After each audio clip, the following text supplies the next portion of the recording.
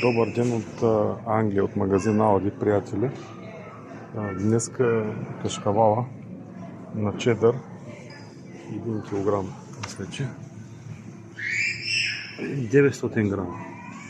4 паунда 85. Това е кашкавала на чедър. Маслото е 2 паунда. Маслото е 250 грама.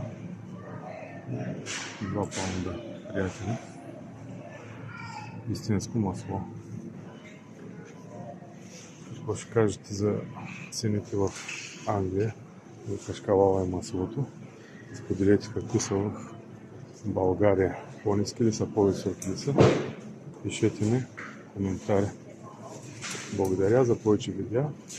Можете да ме последвате. Чао, приятели. Ден от мен. От Англия. Чао.